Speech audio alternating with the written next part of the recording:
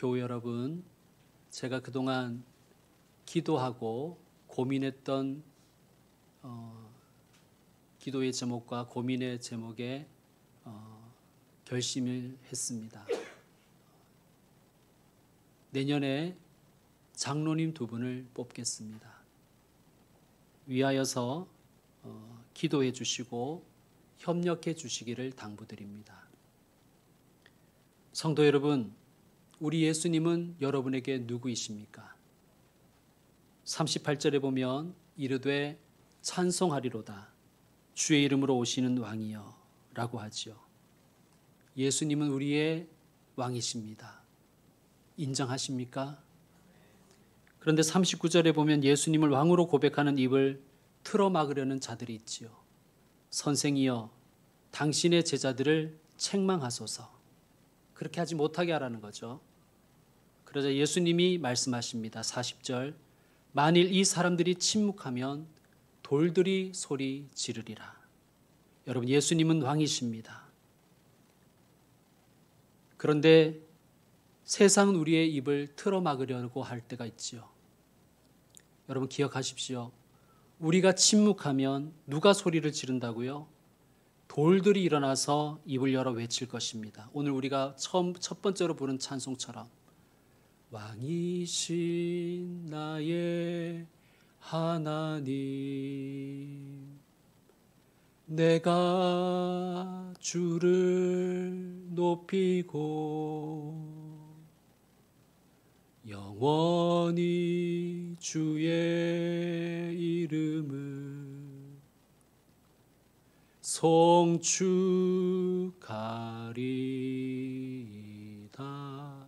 라고 돌들이 찬양하고 외칠 것이라는 것입니다. 왕이신 예수님께서 28절 말씀처럼 예루살렘을 향하여 앞서서 가십니다. 예수님을 왕으로 인정한다면, 믿는다면 우리는 어떻게 해야 되겠습니까? 따라가야 되겠죠. 자, 29절에 보면 예수님께서 제자 둘을 보내시며 명령하십니다. 너희는 맞은편 마을로 가라. 그러하면 아직 아무도 타보지 않은 나귀 새끼가 매어 있는 것을 보리니 풀어서 끌고 오라. 만일 누가 너희에게 어찌하여 푸느냐 묻거든 말하기를 주가 쓰시겠다 하라. 자, 보내심을 받은 제자들이 말씀하신 대로 순종하고 말씀하신 대로 나귀 새끼를 데려오라고 했습니다. 33절에 나귀 새끼를 풀 때에 그 임자들이 이르되 어찌하여 나귀 새끼를 푸느냐라고 하니 제자들이 예수님이 시킨 대로 대답합니다. 주께서 쓰시겠다. 주께서 쓰시겠다. 자, 33절에 보면 그 임자들이라고 되어 있죠. 복수형입니다. 여러 설들이 있어요. 나귀 한 마리에 주인이 여러 명이었을 것이다 라는 설도 있고, 주인은 한 명이었고 다른 나귀의 주인들도 같이 있었을 것이다 라는 설도 있습니다. 그런데 우리가 주목해야 할 것은 이 누가복음의 저자가 임자들과 주님을 대조시키고 있다는 것입니다. 성경은 우리에게 묻습니다. 누가 진짜 주인인가? 성도 여러분, 누가 진짜 주인입니까? 여러분, 우리는 맡은 자일 뿐입니다. 여러분에게 있는 모든 것을 주님이 여러분에게 맡겨주셨습니다. 심지어 우리 생명도 주인이 하나님이시고 우리에게 맡기신 것입니다. 자, 우리의 참주이신 그분이 이렇게 말씀하십니다. 주가 쓰시겠다. 좀 딱딱하지요. NIV 성경이 잘 번역한 것 같습니다. NIV 성경은 이렇게 번역했습니다. Needs it. The Lord needs it. 주님이 필요하시다. 주님은 오늘 우리에게도 말씀하십니다. I need you. I need you. 나는 너가 필요해. 여러분, need라는 것, 이 필요라는 것은 결핍을 전제로 하잖아요. 아니, 하나님에게 니드가 있는가? 하나님께는 니드가 어울리지 않는데 이게 어찌 된 것인가? 그렇죠. 하나님에게 니드가 있을 리가 없지요. 하나님께 결핍이 있을 리가 없지요. 그런데 하나님이 이렇게 말씀하십니다. 나는 너가 필요해. 너 없으면 안 돼. 자, 이게 뭡니까, 여러분? 나는 당신이 필요해. 나는 당신 없으면 안 돼. 이게 뭐예요, 이게? 이게 사랑이잖아요.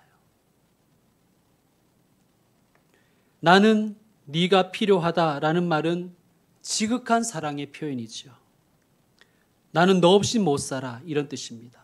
여러분, 하나님이 결핍을 느낄 정도로 우리를 사랑하신대요. 하나님이 세상을 이처럼 사랑하사. 여러분, 우리는 이렇게 생각하고 이렇게 말하잖아요. 하나님 나 없어도 하나님 일 하시지. 하나님 나 없어도 하나님 다 하실 수 있어. 물론 맞는 말이에요. 그죠? 맞는 말인데, 그런데 주님은 우리에게 말씀하십니다. 나는 너가 필요해. 나는 네가 필요하단다. 너 없이는 안 된단다. 말씀하십니다. 여러분, 남녀 간에도 나는 세상에 있는 모든 것들을 다 가져도 너 없으면 아무 의미가 없어. 이게 진짜 사랑 아닙니까? 주님이 그 말씀을 하시는 거예요. 나에게는 모든 것이 다 있어. 근데 너가 없으면 아무것도 아니야. 난 너가 필요해. 여러분, 놀라운 말씀이시죠. 하나님이 우리를 그렇게 사랑하십니다. 내년에 장로님을 뽑으려 한다는 말씀을 드렸습니다. 혹시 선출되시는 분이라면 이렇게 생각하시면 좋겠습니다. 주께서 나를 쓰시려고 하시는구나. 주님이 내가 필요하구나. 주님이 날 사랑하시는구나. 그렇게 받아들이시길 바랍니다. 하나님은 우리를 단순히 시다바리로 부르시는 게 아니에요. 너와 함께 하고 싶다. 내가 무엇을 하든지 너 없이 하는 것은 나에게는 의미가 없단다. 여러분, 그것을 주님의 부르심으로 듣기를 소망합니다. 여러분, 주가 쓰시겠다. 나는 너가 필요하다는 이 주님의 말씀에, 주님의 부르심에 아멘 하고 순종하면 좋지만 아마 분명히 이렇게 생각하거나 답하시는 분도 있으실 것입니다. 주님, 저는 아직 준비가 안 되었습니다. 저는 좀 애매합니다. 우리가 지난 주일에 문화 비유 묵상했지요. 여러분 기억하십니까? 문화가 얼마의 가치를 가지고 있었습니까? 한 문화는 1데나리온의 가치라 그랬죠. 아니, 제가 말씀드렸습니다. 한 문화는 100데나리온의 가치가 있다고 말씀드렸죠. 한 데나리온은 노동자의 하루 품삯이라고 말씀드렸습니다. 약 10만 원 잡고 100일 치면 3분의 1의 연봉, 즉 우리 돈으로 치면 한 1,000만 원 정도의 가치가 있다고 했죠. 여러분, 1,000만 원, 이런 질문 드렸습니다. 1,000만 원 큰 돈입니까? 작은 돈입니까? 장사하기에, 비즈니스하기에는 애매한 돈입니다. 그거 가지고 여러분에게 1,000만 원을 주면서 장사하라 그러면 뭘 할 수 있겠습니까? 요즘 같은 세상에. 풀빵 장사, 붕어빵 장사도 아마 그거보다 조금 더 있어야 될 걸. 요즘에 하도 물가가 비싸져가지고. 쉽지가 않죠. 애매하지요. 여러분, 하나님께서 우리에게 주신 것 중에 애매한 것들이 많습니다. 나도 애매하고 우리 교회도 애매합니다. 그렇죠? 그런데 주님께서 나는 네가 필요해라고 하십니다. 주님, 저는 애매해요.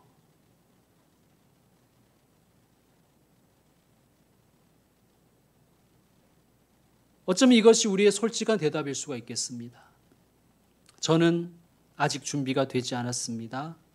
저는 애매한 사람입니다. 그런데 여러분,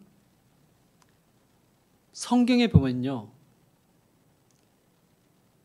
아브라함 이래라고 되어 있지 않잖아요. 뭐라고 되어 있습니까? 여호와 이레. 무슨 뜻입니까? 하나님, 저 준비되었습니다. 그럴 수 있는 사람은 아무도 없는 거예요. 여러분, 언제쯤 되면 우리가 준비될까요? 어쩌면 우리는 하나님 앞에 설 때까지 준비되지 못할지도 모릅니다.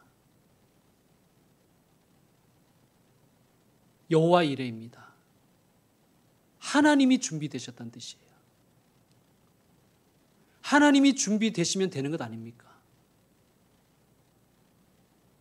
여러분, 하나님이 여러분을 부르신다는 것은 나는 준비가 되었다는 뜻입니다. 그러니까 내가 말이고 하나님 입장에서 내가 너를 부르는 것은 네가 준비되었다는 것이 아니라 내가 준비되었다는 뜻이다. 이런 뜻입니다.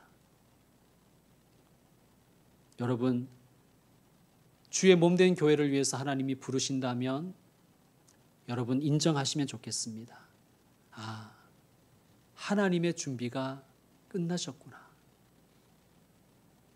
고린도후서 4장 7절에 보면 이런 말씀이 있습니다. 우리가 이 보배를 질그릇에 가졌으니 이는 심히 큰 능력은 하나님께 있고 우리에게 있지 아니함을 알게 하려 함이라. 아멘. 심히 큰 능력이 누구에게 있어요? 하나님께 있다는 거예요. 그러니까 내가 애매한 것은, 내가 준비 안 된 것은 하나님께 큰 의미가 없는 거예요. 준비 안 된 인생이 어디 있겠습니까? 준비된 인생이 어디 있겠습니까? 오늘 초중고등학교 고등부 예배 시간에 우리 삼손을 배웠는데요. 삼손도 그런 사람이었습니다. 슈퍼히어로 같은 사람인데 약점도 얼마나 많은지 모릅니다. 여러분, 삼손 준비된 사람입니까? 그렇지 않은 사람이었죠. 하나님이 부르셨으니 하나님이 도와주시겠지. 이런 마음이 우리에게 있어야 됩니다. 하나님의 부르심에는 무슨 대책이 있네. 이런 찬양을 하시면서 하나님이 대책이 있으니까 부르시는 거예요. 성도 여러분, 나의 준비가 아니라, 나의 대책이 아니라 하나님의 준비와 하나님의 대책이 있음을 믿고 나아가시는 분들 되시기를 축원드립니다. 모세를 부르셨을 때 모세가 뭐라 그랬습니까? 역시 이렇게 얘기했어요. 주여, 나는 준비가 안 됐습니다. 나는 말도 잘 못합니다. 저는 혀가 굳은 사람입니다. 자, 그런데 하나님은 뭐라 그러십니까? 내가 너를 보낸다. 무슨 말이에요? 나는 준비가 되었다. 대책은 나에게 있다. 라는 뜻이죠. 여러분, 하나님이 우리를 잘 안 부르셔서 그렇지 부르실 때는 하나님의 준비가 끝난 것입니다. 하나님이 대책이 있으신 것입니다. 자꾸 자기를 쳐다보면서 이상한 소리 하지 말고 하나님이 부르신다면 하나님께 대책이 있음을 믿고 하나님을 바라보며 순종하면 되는 것입니다. 성도 여러분, 주님은 준비되어 있으십니다. 어떤 준비냐 하면 아직 아무도 타보지 않은 새끼 나귀를 타실 준비가 되어 있다는 말씀입니다. 여러분, 우리 주님이라고 좀 힘센 나귀, 사람 많이 태워보고 또 짐도 많이 실어본 어떤 능숙하고 늠름한 나귀 타고 싶은 생각이 왜 없으시겠습니까? 그 나귀 타면 더 좋겠다는 생각이 왜 없으시겠어요? 또 예수님도 이런 생각이, 예수님도 충분히 그렇게 생각하실 수 있을 것 같아요. 야, 기왕 왕인데 말을 타야지. 말을 타야지. 여러분, 말을 타야 폼이 난다는 것 우리 주님도 알고 계실 것입니다. 그런데도 주님은 말씀하시죠. 나는 네가 필요해. 나는 너를 탈 거야. 나는 너 없으면 안 돼. 내가 너의 힘이 되어 줄게. 내가 너의 지혜가 되고 너의 도움이 될 거야. 지금은 네가 비록 어리고 미숙하고 서툴지만 너는 강해질 거야. 너도 경험이 생길 거야. 여러분, 주께서 쓰시겠다는 말씀, 그 말씀을 나는 너를 사랑한단다 라는 말씀으로 들으시고 내가 너와 함께 있겠다는 말씀을 들으시고 나는 기꺼이 너의 서툼도 내가 함께 할 거야. 내가 너의 힘이 되어줄 거야. 그 말씀으로 들으시는 분들 되시기를 바랍니다. 자, 예수님께서 나귀 새끼를 타고 예루살렘으로 입성하신 것 그 자체가 우리에게 메시지입니다. 당시 역사 기록에 의하면 전령이 어떤 성에 들어올 때 전쟁을 선포하기 위해서는 말을 타고 들어오고 평화를 제안하기 위해서는 나귀를 타고 들어왔다고 합니다. 그러니까 무엇을 타느냐가 메시지라는 것이죠. 예수님께서 나귀를 타셨다는 것은 예수님이 오신 목적이, 예루살렘으로 들어오시는 목적이 로마를 힘으로 정복하기 위함이 아니라는 것을 우리에게 보여주시는 거예요. 사랑과 평화로 이 세상을 정복하기 위해서 오셨다는 것을 보여주는 메시지입니다. 성도 여러분, 우리도 예수님을 닮아가야 되겠습니다. 입만 살아있는 개독교인이 아니라 우리의 삶 그 자체가 메시지가 되는 그러한 참 그리스도인 되기를 소망합니다. 우리가 가는 곳에 분쟁이 멈춰야 됩니다. 평화의 도구가 되어야 됩니다. 평화의 통로가 되어야 됩니다. 그것이 주님을 닮아가는 거예요. 내가 가는 곳마다 깨어지고 내가 가는 곳마다 분쟁이 생긴다. 그러면 여러분 우리는 주님을 닮아가지 못하는 것입니다. 예수님이 나귀 새끼를 타신 또 하나의 이유는 성경의 예언을 이루시기 위한 것입니다. 여러분 스가랴서라는 구약의 책에 한번 가보시겠습니다. 스가랴는 구약의 제일 마지막 책인 말라기 바로 앞에 있는 성경입니다. 스가랴 9장 9절. 구약 1321쪽쯤에 있습니다. 구약 1321쪽 스가랴 9장 9절입니다. 자, 우리 스가랴 9장 9절 같이 합독하겠습니다. 시온에 따라 크게 기뻐할지어다. 예루살렘에 따라 즐거이 부를지어다. 보라, 내 왕이 내게 임하시나니 그는 공의로우시며 구원을 베푸시며 겸손하여서 나귀를 타시나니 나귀의 작은 것 곧 나귀 새끼니라. 아멘. 시온에 따라 크게 기뻐할지어다. 시온에 따라 크게 기뻐하라. 예루살렘에 따라 크게 즐거이 부를지어다. 크게 즐거워하라 이것입니다. 시온의 딸, 예루살렘의 딸은 같은 의미입니다. 이스라엘을 의미해요. 하나님의 백성을 가리킵니다. 오늘날 영적인 이스라엘인 교회와 성도를 가리킵니다. 자, 교회여, 하나님의 백성들이여, 영적인 이스라엘들이여, 크게 기뻐하라. 즐겁게 찬송하라. 왜? 너희의 왕이 임하시니까. 왕이 오시니까. 메시아가 임하시니까 크게 기뻐하고 즐겁게 찬양하라는 거예요. 자, 여기까지 이해가 되시죠? 그리고 또 이렇게 말씀하십니다. 그는 공의로우시며 구원을 베푸시며. 여기까지 또 마음에 들죠? 그리고 겸손하여서. 좋습니다. 공의롭고 구원을 베푸시고 거기다 겸손하시기까지 하는 건 좋아요. 그런데 나귀를 타신대요. 나귀 타고 오신답니다. 그것도 새끼 나귀를 타신답니다. 이게 예언이에요. 메시아는 이렇게 오실 것이다. 여러분, 다시 말씀드리지만 얼마나 애매합니까? 나귀라니요. 그것도 나귀 새끼라니요.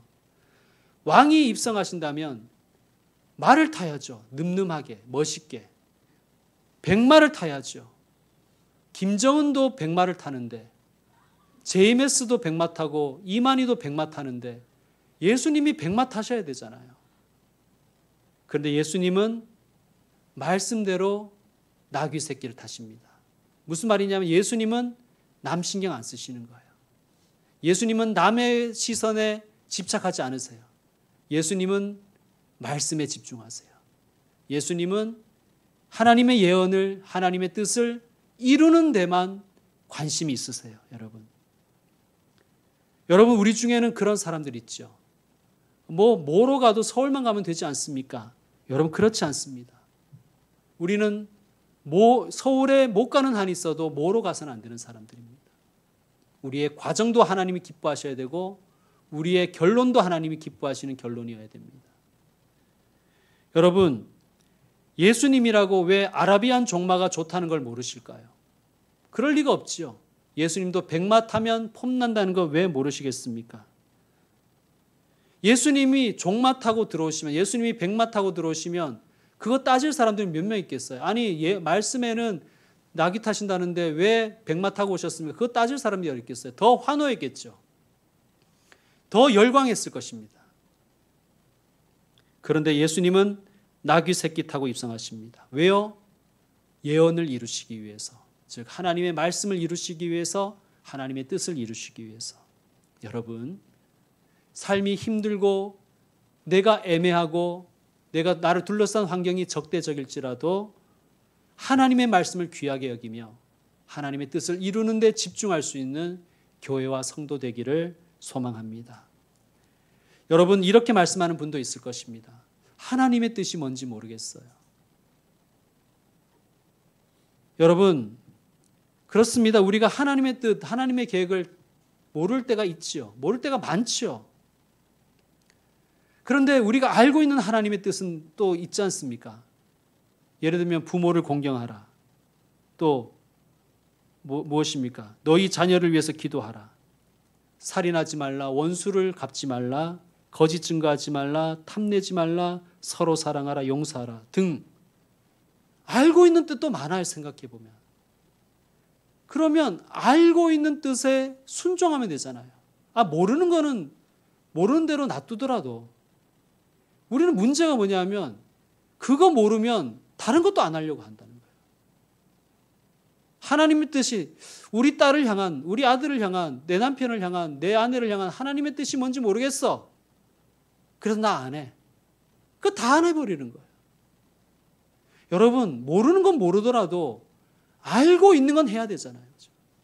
여러분, 그런데 알고 있는 하나님의 뜻을 행하다 보면 내가 몰랐던 하나님의 뜻도 깨닫게 하실 것입니다. 여러분, 1학년짜리한테 6학년 문제 내주는 선생님이 어디 있겠습니까?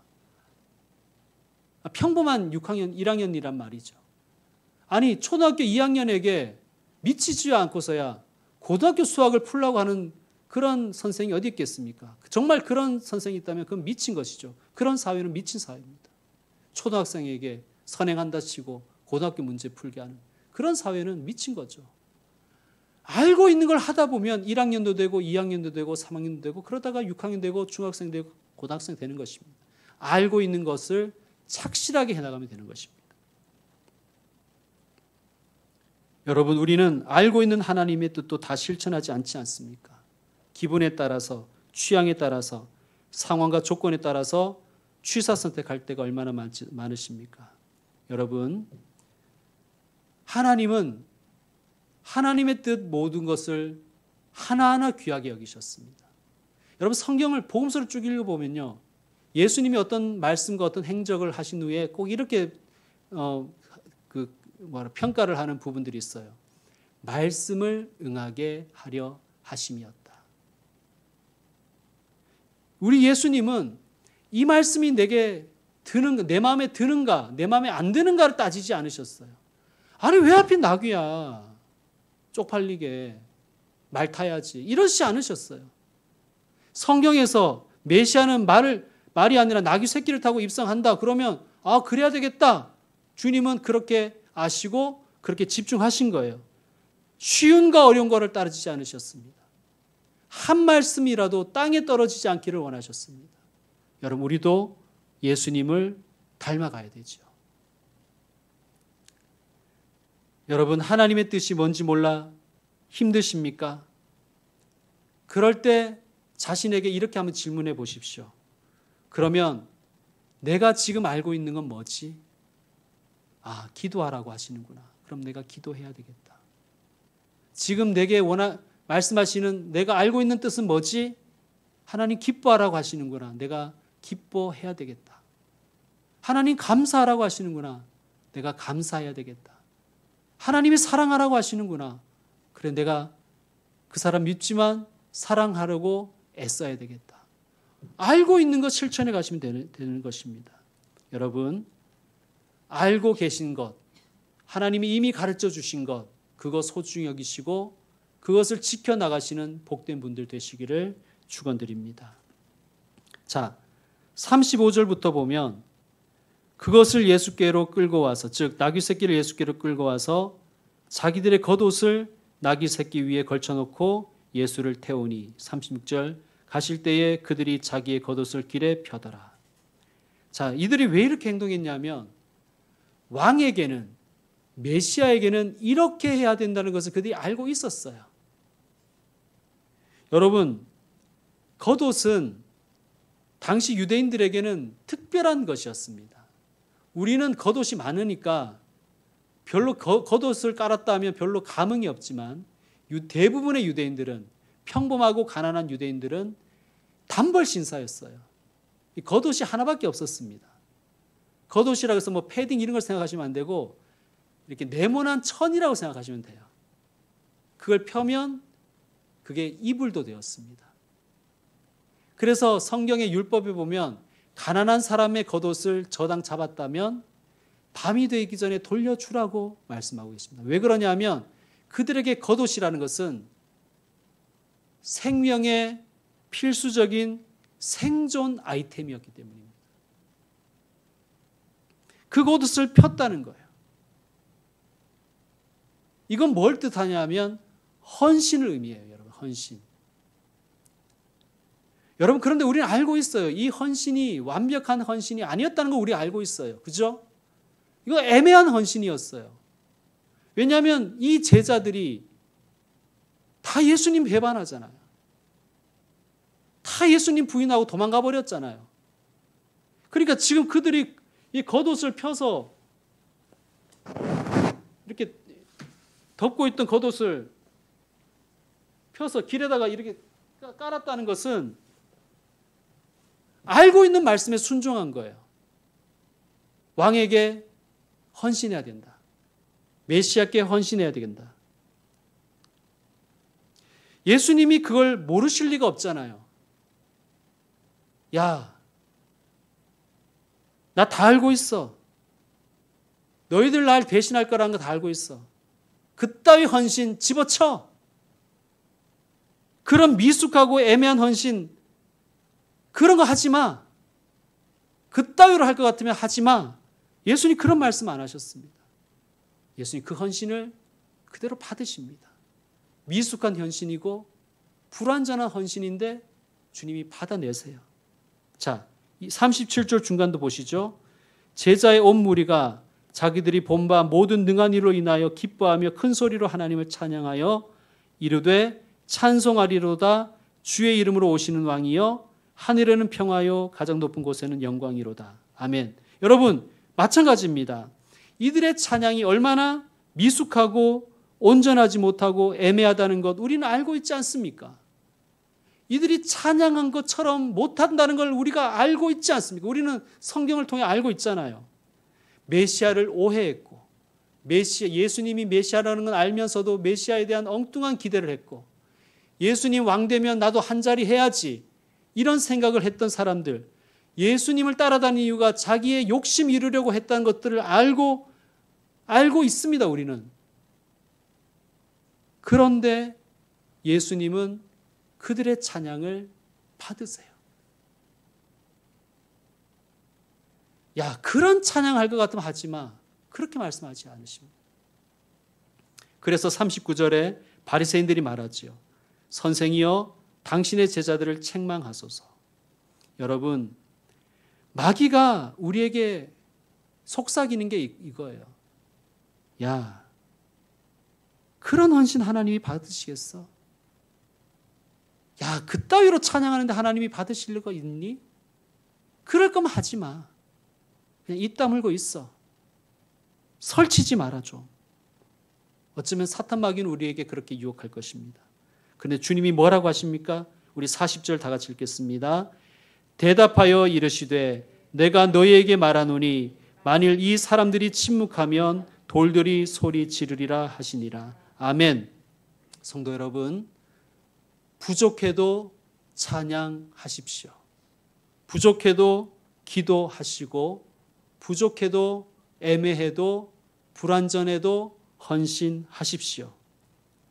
하나님은 우리의 찬송을 원하시고 우리의 헌신을 기뻐하시는 하나님이십니다. 제가 우리 성도들을 사랑하는데 좀 안타까운 게 있어요. 모르는 찬양만 있으면 입을 꼭 다물고 있는 분들이 있더라고요. 아는 것만 하겠다 그거죠. 심지어 어떤 분들은 아는 것도 안 부르는 분들이 있더라고요. 성경 가르치자 그래도 입 다물고 있고. 여러분, 사탄이 역사하는 것입니다. 잘 몰라서 안 하고, 애매해서 안 하고, 귀찮아서 안 하고, 기분이 별로 기분이 뭐 같아서 안 하고, 어떨 때는 아무 생각이 없어서 안 하고, 그럼 언제 찬양하겠습니까? 언제 기도하실 거예요? 언제 예배하시겠습니까? 하나님, 난 아직 준비가 안 되었습니다. 그럼 언제쯤 준비되실 것 같아요? 나는 하나님은 예수님을 구주로 고백할 준비가 안 됐습니까? 언제쯤 준비가 되실 것 같아요? 여러분, 제가 팁을 드리면요. 찬양을 많이 하세요. 찬양을 많이 하면요. 찬양이 물들어요. 그리고 예수께 물듭니다. 여러분, 자꾸 찬양을 부르십시오. 노래방에만 가서 그냥 목 터져라만 부르지 마시고, 남 노래할 때 끼어들어서 노래하고 그러지 마시고, 찬양을 최선을 다해 부르십시오. 늘 저는 음정과 박자 때문에 아내에게 구사리를 먹지만 저는 열심히 찬양합니다. 예배 때만 열심히 하는 게 아니라 저는 평소에도 열심히 찬양해요. 기도가 안 되면 찬양이에요. 찬양이 내게 물들 때까지, 내가 찬양이 물들 때까지. 여러분, 그리고 애매해도 헌신해 보십시오. 나 아직 준비가 안 됐는데, 목사님이 나의 준비가 중요한 게 아니라 하나님의 준비가 중요하다는 것 말씀하셨지. 그래, 내가 부족해도 헌신해 보리라. 헌신하십시오. 헌신하면 물들 것입니다. 여러분, 우리의 안타까움이 뭐예요? 저는 청년 때, 그러니까 전도사 되기 전에, 목사 되기 전에 저는 이런 게 저의 고민이었어요. 난 왜 세뇌가 안 될까? 난 왜 이렇게 안 믿어질까? 저는요, 목사들이긴 했지만 여기가 안 믿어지면, 여기가 이해가 되지 않으면 이것도 안 믿어지더라고요, 솔직히. 그런데 어릴 때부터 저는 아버지가 개척하시고 교회가 어려워서 부목사처럼 일했어요. 부목사처럼. 아마 웬만한 부목사, 저도 부목사 해봐서 알지만 웬만한 부목사보다 더 열심히 했을 것입니다. 이게 이해가 돼서가 아니라 아빠가 불쌍해가지고. 그런데 어느덧 헌신에 물들더라고요. 그러다 보니까 예수께 물들더라고요. 여러분, 헌신하십시오. 준비돼서 헌신한다 그러면 언제쯤 헌신하실 것 같아요? 아마 주님 오실 때까지 헌신하지 못하실 거예요. 아니, 주님이 오셔도 헌신하지 못할 것입니다. 여러분, 지금은 비록 미숙한 나귀일지 모르겠지만, 경험 없는 나귀 새끼일지 모르겠지만, 그 나귀도 언젠가는 건장한 어른 나귀가 되겠죠. 힘들지만 짐을 지고, 힘들지만 사람을 태우고, 한 발 한 발 걷다 보면 다리에 힘도 생기고, 요령도 생기고, 경험도 쌓여서 늠름하고 건강하고 건장한 나귀가 되지 않겠습니까? 여러분, 예수님이 나귀 새끼 타셨습니다. 그것도 한 번도 사람을 태워본 적이 없는 어린 나귀 새끼를 타셨습니다. 얼마나 서툴렀겠어요? 얼마나 비틀거렸겠습니까? 여러분, 기억하십시다. 하나님은 경력자, 능력자만 쓰시는 것이 아닙니다. 물론 하나님께서 우리의 경력과 능력을 써주신다면 감사할 따름이지요. 그렇다고 우리는 교만해서는 안 될 것입니다. 왜?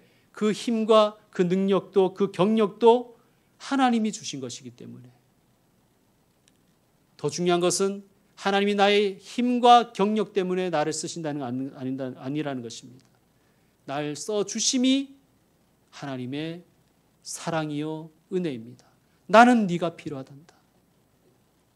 난 너 없으면 안 된단다. 내가 너를 쓰고 싶단다. 제자들에게 주는 메시지고 우리에게 주는 메시지입니다. 나는 너를 쓸 거야. 너희들은 미성숙하지만 애매하지만 아직 서툴지만 나는 너와 함께 하나님의 나라를 세워갈 거야.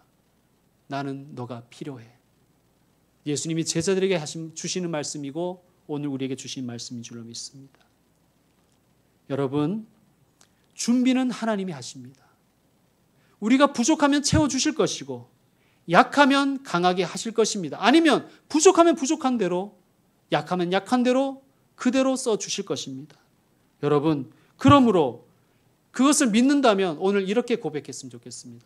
주님, 저를 타고 가십시오. 저를 타고 가십시오. 저는 아직 미숙하지만, 저는 아직 애매하지만, 제가 주님이 타시기에 어울리지 않는 나귀 새끼지만, 저는 백마가 아니지만, 저는 종마도 아니지만, 그래도 주님 제 등에 오르셔서 저를 타고 가십시오. 주님, 우리 가정에 임하셔서 우리 가정을 타고 가십시오. 주님, 우리 교회는 애매하지만, 주님, 우리 교회는 서툴지만, 우리 교회의 등을 내어 드리오니 주님, 우리의 등을 타시고 우리를 타고 가십시오. 그렇게 기도할 수 있는 교회와 성도 되기를 축원드립니다.